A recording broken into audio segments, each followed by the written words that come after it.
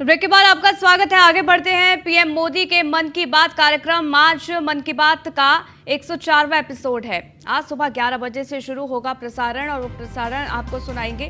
हालांकि इस दौरान क्या कुछ कहा जाता है प्रधानमंत्री नरेंद्र मोदी के द्वारा ये देखना होगा।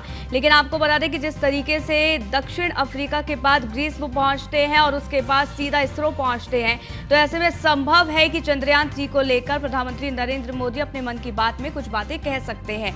हालांकि इसके साथ क्या कुछ कहा जाता है ये भी देखना होगा। प्रधानमंत्री नरेंद्र मोदी की मन की बात का आज प्रसारण है। आपको बता दें कि मन की बात का आज 104वां एपिसोड है। इस पर लगातार नजर बनी रहेगी जैसे ये कार्यक्रम होगा और इस कार्यक्रम के दौरान क्या कुछ कहेंगे प्रधानमंत्री नरेंद्र मोदी, इस पर साफ और खास तौर पर नजर रहने वाली है।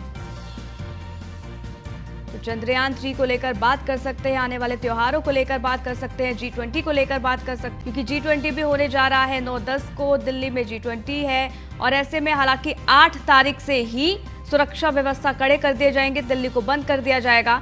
लेकिन इसी बीच चंद्रयान 3 की सफलता को लेकर भी प्रधानमंत्री नरेंद्र मोदी अपने मन की बात में बात कह सकते हैं, क्योंकि दक्षिण अफ्रीका में थे वो जब चंद्रयान 3 की सफल लैंडिंग हुई। हालांकि उस वक्त वर्चुअली जरूर जुड़े, लेकिन उसी वक्त ये वादा भी इसरो के तमाम वैज्ञानिकों से कर दिया कि वो जैसे ही भारत आते हैं सबसे पहले बेंगलुरु पहुंचेंगे। और ऐसा ही हुआ, वो सबसे पहले बेंगलुरु पहुंचते हैं। वहां पर इसरो के जो तमाम वैज्ञानिक हैं उनसे मुलाकात करते हैं, बात करते हैं।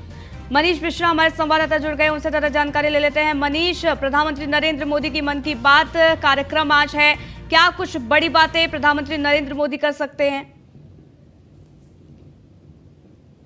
देखिए, निश्चित तौर से सपना चंद्रयान सबसे प्रमुख रहेगा कि चंद्रयान 3 की जिस तरह से सफल लैंडिंग के बाद हमने एक इतिहास रचा भारतीय के नाते, तो उसको लेके पूरी तरीके से निश्चित तौर पे उसका इसमें रहेगा, जिक्र रहेगा। आगामी रक्षाबंधन, जन्माष्टमी जैसे पर्व आने वाले हैं, उसको लेके प्रधानमंत्री नरेंद्र मोदी अपनी जो बहनें हैं, जो देश की बहनें हैं, उनको संबोधित कर सकते हैं। साथ ही साथ हम जिस तरीके से हमने हमेशा से देखा है, रोजगार को लेके हो, बेरोजगारी को लेके हो, महिला सम्मान को लेके हो, कृषि से लेके हो, आम आदमी की जो बातें होती हैं उनको कहीं ना कहीं इसमें संबोधित करते हैं। तो निश्चित तौर से इस बार जो अगर हम देखेंगे सबसे महत्वपूर्ण अगर कुछ बातें रहने वाली हैं तो वो आगामी त्योहारों को लेके हैं। G20 जिस तरह से अभी आपने जिसका जिक्र किया है, G20 सम्मेलन, उसको राष्ट्रीय तमाम राष्ट्रीय अध्यक्ष आने वाले हैं अगले महीने की पहले सप्ताह में, तो निश्चित तौर से उसको लेके भी कहीं ना कहीं संबोधन में उसका जिक्र होगा। साथ ही साथ सबसे प्रमुखता जो रक्षाबंधन का जो त्यौहार आ रहा है उसमें उसका जिक्र हो सकता है। और चंद्रयान 3 की जिस तरीके से सफलतापूर्व हम लोगों ने उस पर चंद्रमा पे अपना कदम रखा है भारतीय भारत ने, उसको ले भी कहीं ना कहीं ये इसका जिक्र हो सकता है। तो निश्चित तौर से आज की जो मन की बात का कार्यक्रम रहेगा वो महिलाओं के लिए, किसानों के लिए, देश की उन्नति की तरफ जिस तरह G20 हो रहा है उसके लिए, और साथ ही साथ जो वैज्ञानिकों ने जो इतिहास रचा है उसको लेके इसमें जिक्र जरूर होगा। जी बिल्कुल। और जब मन की बात का कार्यक्रम होता है मनीष, तो ऐसे में जगह जगह पर बड़ी बड़ी स्क्रीनें लगा दी जाती हैं और खुद तमाम नेता भी उस मन की बात को सुनते हैं। इसके लिए क्या कुछ इंतजाम फिलहाल लखनऊ में किए गए हैं? देखिए, निश्चित तौर से आज लखनऊ में राष्ट्रीय संगठन महामंत्री BL संतोष रहेंगे। वो इस कार्यक्रम को सुनेंगे, उनके साथ तमाम पदाधिकारी, जितने भी प्रदेश के पदाधिकारी हैं वो इस प्रोग्राम सुनेंगे। एक बड़ी स्क्रीन लगाई गई है इंदिरा गांधी प्रतिष्ठान में, जिसमें करीब 11 बजे से मन की बात का प्रोग्राम शुरू होगा। तो इसमें खुद BL संतोष के साथ प्रदेश अध्यक्ष भूपेन्द्र चौधरी, प्रदेश संगठन महामंत्री धर्मपाल सिंह, तमाम जो उपाध्यक्ष, जो महामंत्री हैं उत्तर प्रदेश के, वो इसमें सम्मिलित होंगे और उसमें कहीं ना कहीं मन की बात को सुनते हुए नजर आएंगे। निश्चित तौर से एक बड़ा कार्यक्रम होता है, तमाम इसको जिलों में जो बूथ स्तर के लोग होते हैं वहां पे भी इसको सुना जाता है। आज इसकी अगर स्क्रीनिंग की बात करेंगे तो सबसे बड़ी स्क्रीनिंग इसकी लखनऊ के इंदिरा गांधी प्रतिष्ठान में की जाएगी, जिसमें करीब 1000 लोग के आसपास इसको जो कार्यक्रम है उसमें सम्मिलित होंगे, जिसमें खुद इसके अध्यक्षता BL संतोष जो कि राष्ट्रीय महामंत्री हैं संगठन के, वो लखनऊ प्रवास पे हैं, उनके अध्यक्षता में कार्यक्रम सुना जाएगा। उसके बाद निश्चित तौर से उसमें जो जिक्र किए जाएंगे, जिस तरीके से संबोधन किया जाएगा और किस तरीके से उसमें रूपरेखा तैयार की जाएगी, उसमें भी कहीं ना कहीं टिप्स देते हुए अपने कार्यकर्ताओं को नजर आएंगे BL संतोष। जी ठीक है मनीष, बने रहिएगा क्योंकि आगे भी आपसे अपडेट लेते रहेंगे। आगे बढ़ते हैं। बीजेपी अपने सोशल मीडिया नेटवर्क को धार देने के लिए प्रदेश में शंखनाद अभियान प्रारंभ करेगी। शंखनाद अभियान की सफलता के लिए सोशल मीडिया और IT विभाग की प्रदेश स्तरीय संयुक्त कार्यशाला आज राजधानी लखनऊ के इंदिरा गांधी प्रतिष्ठान में आयोजित की जाएगी। कार्यशाला में पार्टी के राष्ट्रीय महामंत्री बीएल संतोष, प्रदेश के मुख्यमंत्री योगी आदित्यनाथ, प्रदेश अध्यक्ष भूपेंद्र सिंह चौधरी, प्रदेश के उप मुख्यमंत्री ब्रिजेश पाठक और प्रदेश महामंत्री धर्मपाल सिंह सहित अन्य पार्टी पदाधिकारी इसमें शामिल होंगे। हालांकि इसी क्रम में जिला स्तरीय सोशल मीडिया कार्यशालाएं 28 अगस्त से 15 सितंबर के बीच संपन्न होगी। तो यहाँ पर सोशल मीडिया प्लेटफॉर्म को पूरी तरीके से मजबूत करने की कवायद तेज हो गई है।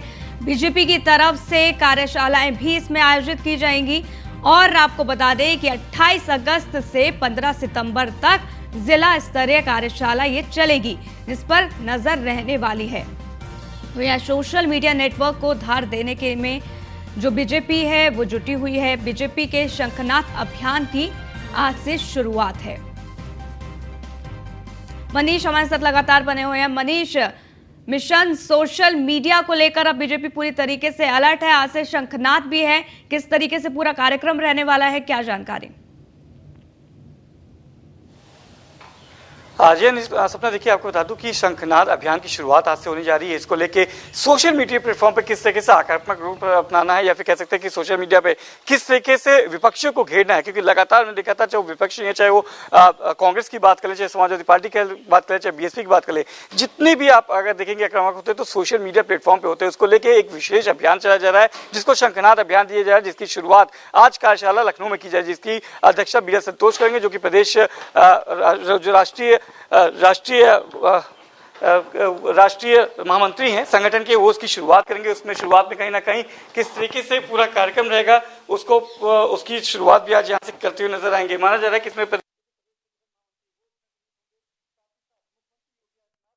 दोनों डिप्टी सीएम भी इसमें मौजूद रहेंगे। तो माना जा रहा है कि जिस तरीके से पूरी रणनीति बनाई गई है, किस तरीके से घेरना है, किस तरीके से जो सोशल मीडिया पे विपक्ष को घेरने के लिए आज जो प्लेटफॉर्म तैयार किया जाएगा, उसकी एक कार्यशाला है, जिस कार्यशाला में तमाम पदाधिकारी रहेंगे जो इसके अभियान को 28 अगस्त लेके 15 सितंबर तक प्रदेश के जिला स्तरीय कार्यक्रम, जो जिला स्तरीय पूरी इसकी कार्यशाला होगी, उसको आगे लेके जाएंगे। तो माना जा रहा है कि पूरी तैयारी चल ली गई है। इस कार्यशाला की करीब 11:40 से शुरुआत होगी, जिसमें बीएल संतोष सहित मुख्यमंत्री योगी आदित्यनाथ भी रहेंगे मौजूद। जी ठीक है मनीष, बहुत बहुत शुक्रिया तमाम जानकारी हम तक साझा करने के लिए।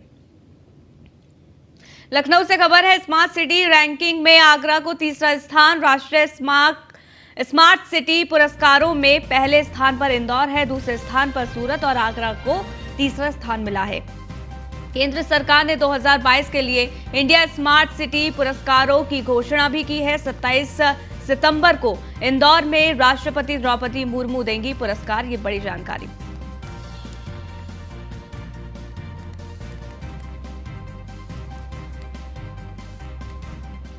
हमीरपुर से खबर है, जहां चंद्रयान 3 की लैंडिंग नहीं दिखाने पर एक्शन हुआ है। हमीरपुर में कई स्कूलों के स्टाफ की रोकी गई सैलरी, 12 स्कूलों के हेडमास्टर पर कार्रवाई की तैयारी। सरकार की ओर से निर्देश था कि लैंडिंग का लाइव प्रसारण दिखाया जाए, लेकिन 12 स्कूलों के हेडमास्टर पर अब इसको लेकर कार्रवाई की गई है, क्योंकि यहां पर इस लाइव प्रसारण को नहीं दिखाया गया है। निर्देश आपको बता दें कि दे दिए गए थे कि यहां पर लाइव प्रसारण तमाम सरकारी स्कूलों में दिखाया जाए, लेकिन 12 ऐसे स्कूल जहां पर नहीं दिखाया गया, जिसके बाद स्टाफ की सैलरी रोक दी गई। वहीं कैबिनेट मंत्री राकेश सचान के निर्देश पर समाधान दिवस 28 अगस्त को ग्रामोद्योग बोर्ड कार्यालय का आयोजन होगा। बोर्ड के अधिकारी अरुण प्रकाश की अध्यक्षता में समाधान दिवस ये है। समाधान दिवस पर कर्मियों के पेंशन और अन्य समस्याओं का समाधान होगा।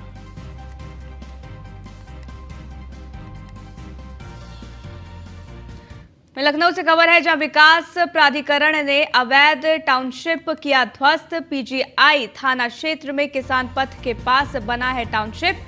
40 बीघा में ड्रीम वैली के नाम से बन रही थी टाउनशिप। विहित कोर्ट ने ध्वस्तीकरण के आदेश दिए थे। नक्शा पास नहीं होने पर किया गया ध्वस्त। इसके साथ ही एलडीए ने बाउंड्री, बिजली के खंभे और गेट साइट को गिराया। तो नक्शा पास नहीं होने पर ध्वस्तीकरण की बड़ी कार्रवाई। चंद्रयान 3 की कामयाबी पर सियासत अब शुरू हो गई है। सपा सांसद डॉक्टर सफीकुर रहमान बर्क ने कहा है कि पीएम मोदी ने शिव शक्ति नाम रखा है। बेहतर होता एपीजे अब्दुल कलाम नाम रखते, जिनकी वजह से आज दुनिया में साइंस भारत को नई पहचान यहां पर दी गई है। बीजेपी हर जगह हिंदू मुस्लिम करने में लगी रहती है। ये तो देखिए गवर्नमेंट उनके हाथ में है और उनके दौर में ये चंद्रयान 3 का ये कामयाबी हमें मिली है। अब ठीक है, हो जाने, वो ये नाम क्यों रख रहे हैं, क्या रख रहे हैं, इख्तलाफी बातें क्यों पैदा कर रहे हैं। ठीक है भाई, हमारे देश का एक काम है, कारनामा है। अगर साइंसदानों ने वो काम किया है तो उनको सारी दुनिया अप्रिशिएट कर रही है, हम भी इनको अप्रिशिएट कर रहे हैं, मुबारकबाद दे रहे हैं।